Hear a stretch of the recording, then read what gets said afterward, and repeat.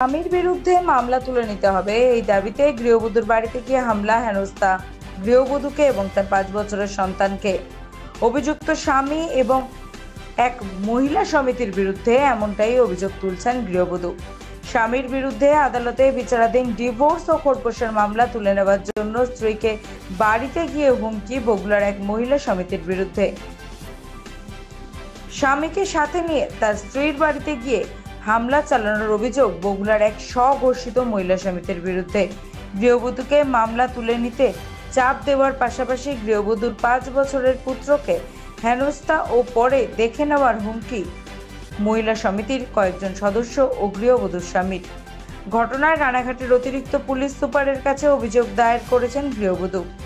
সূত্রের খবর, কৃষ্ণগঞ্জ থানা এলাকার বাসিন্দা এক মহিলার সাথে 10 বছর আগে বিবাহ হয় বগুড়া উলাশির বাসিন্দা বাসরুল হক গায়েন নামে এক ব্যক্তির। অভিযোগ, তাদের একটি 5 বছরের পুত্র সন্তান রয়েছে। পারিবারিক অশান্তির জেরে গত 4 বছর আগে ওই গৃহবধূ তার স্বামীর বিরুদ্ধে খোরপোশ ও ডিভোর্সের মামলা করেন।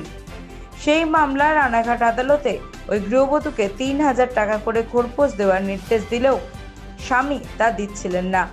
বুধবার বিকালে ওই গৃহবধূ যখন তার সন্তানকে নিয়ে গৃহশিক্ষকের কাছে পড়াতে নিয়ে যান, সেই সময় বগুড়ার মহিলা সমিতির বেশ কয়েকজন সদস্য তার স্বামীকে নিয়ে গৃহবধূর বাবার বাড়ি যান ও মামলা তুলে নিতে চাপ দেন। অভিযোগ, মামলা তুলতে অস্বীকার করলে মহিলার স্বামী ও মহিলা সমিতির সদস্যরা ওই গৃহবধূ ও তার সন্তানকে শারীরিকভাবে নির্যাতন করেন ও দেখে নেওয়ার হুমকি দেন। শুধু মামলা তুলতে চাপ দেওয়াই নয়, 7 লক্ষ টাকা তোলাও চায় তারা। পরে চিৎকার চেঁচামেচি শুনে প্রতিবেশীরা ছুটে এলে তারা চলে যায়। আর এরপর থেকেই নিজের ও তার 5 বছরের সন্তানের নিরাপত্তাহীনতায় ভুগছেন ওই গৃহবধূ। ঘটনায় রানাঘাট জেলা পুলিশ সুপারের অতিরিক্ত পুলিশ সুপার লালটু হালদারের কাছে লিখিত অভিযোগ দায়ের করেছেন ওই গৃহবধূ। ঘটনার তদন্ত শুরু করেছে পুলিশ। আমার অভিযোগ হচ্ছে যে গতকাল আমার বাড়িতে আমার স্বামী 4টে নাগাদ আমার বাচ্চাকে পড়াতে নিয়ে যাচ্ছিলাম, সেই টাইমে হাজির হয় প্রচুর মহিলাকে নিয়ে। পরে জানতে পারি সেটা মহিলা সমিতির লোকজন।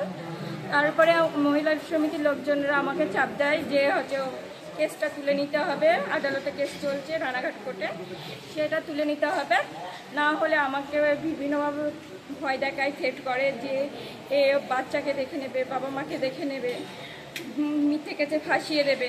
তারপর হচ্ছে যখন আমি বলি যে যা কিছু হবে আদালত যে রায় দেবে সেটাই আমি গ্রাহ্য করব, তাছাড়া কোনো বাড়তি কিছু করব না, তখন হচ্ছে আমার ওপরে আরও প্রেশারাইজ করে, আমাকে টানা হাজরা করে, স্বামী আমাকে টানা হাজরা করে, আমার বাচ্চাটাকে কেড়ে নেয় আমার থেকে, আমার বাচ্চাটাকে মারধরও পর্যন্ত করতে যায়, এমন অবস্থায় চলে যায়। কারা করতে চাইছিল এটা মহিলা সমিতির লোকজন এবং আমার স্বামীও ছিল তার সঙ্গে।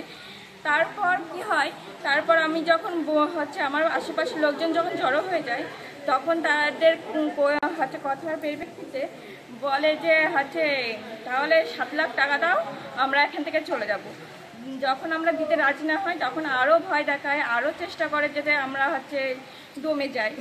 তখন হচ্ছে আমার কাছ থেকে 5,000 টাকা নেওয়ার পরে তখন আমার বাড়ি ছেড়ে আসে। কারা এসেছিল সেটা তাদের চিনতে পেরেছেন? চিনতে পেরেছি বলতে পরে জানতে পারি যেটা একটা বগুড়া হচ্ছে মহিলা সমিতি, নাম নাকি টুনিদি। আপনি এখন অভিযোগ করছেন? হ্যাঁ, আমি এখন অ্যাডিশনাল এর কাছে অভিযোগ জানিয়েছি যে কোর্টে আমি হচ্ছে 4 বছর ধরে কেস চালানোর পরেও কিছু পাইনি, খোরপোশের কেস চলছে সেটাতেও কিছু পাইনি। গত পরশু আমার হচ্ছে টাকা দেওয়ার ডেট ছিল, খোরপোশের অর্ডারের যে টাকাটা দেওয়ার ডেট ছিল সেটাতে আমার সঙ্গে ঝামেলা করে চলে গেছে। আপনার স্বামীর নাম কি?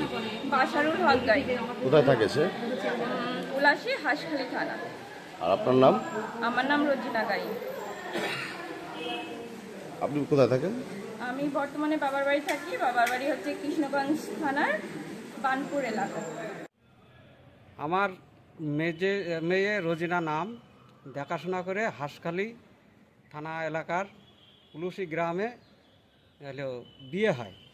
তা ওখানে 6 মাস পরে অশান্তি, প্ররোচনা, অনেক কিছু দুর্ঘটনা ঘটায়। মেয়েকে আমি আবার বাড়ি নিয়ে আসি। নিয়ে আসার পরে দীর্ঘ 8 মাস রাখি। রাখার পরে ওই ছেলে বিদেশ থেকে আবার বাড়ি এসে আমার মেয়েকে নিয়ে যায়। নিয়ে যাওয়ার পর 1 বছর পরে একটা সন্তান হয়। সন্তানটার এখন বর্তমানে বয়স আছে 5 বছর। তা কোর্টের মাধ্যমে আমরা আমার মেয়েকে ফের নিয়ে যাই। ওরা আমাদের নামে মিসিং ডায়েরি করে আমাদের 5 জনকে কেসে ঝোলায় এবং আমাকে জেলে ঢোকায়, রানাঘাট জেলে। তারপর আমরা ওখানে জামিন টামিন হয়ে আমরা বাড়িতে যাই। এখন কেস মাধ্যমে কোর্টে চলছে। আগামী 8 তারিখে ডেট ছিল, আমরা এসেছিলাম।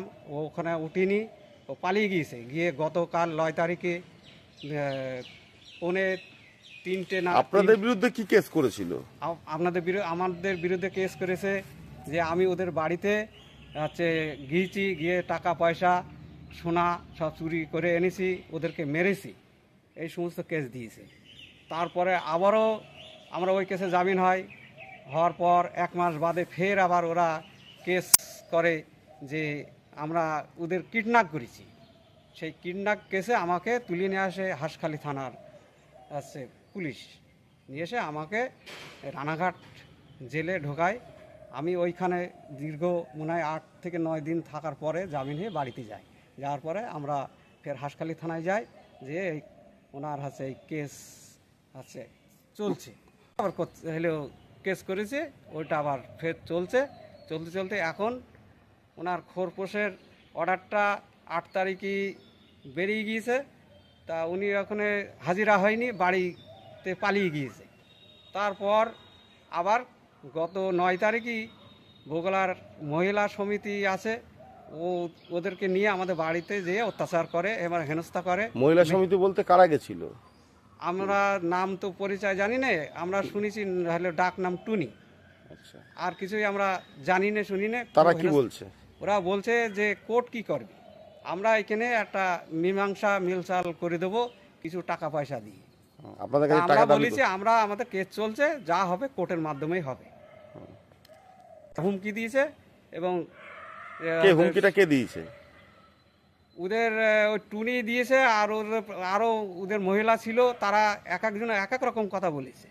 আচ্ছা,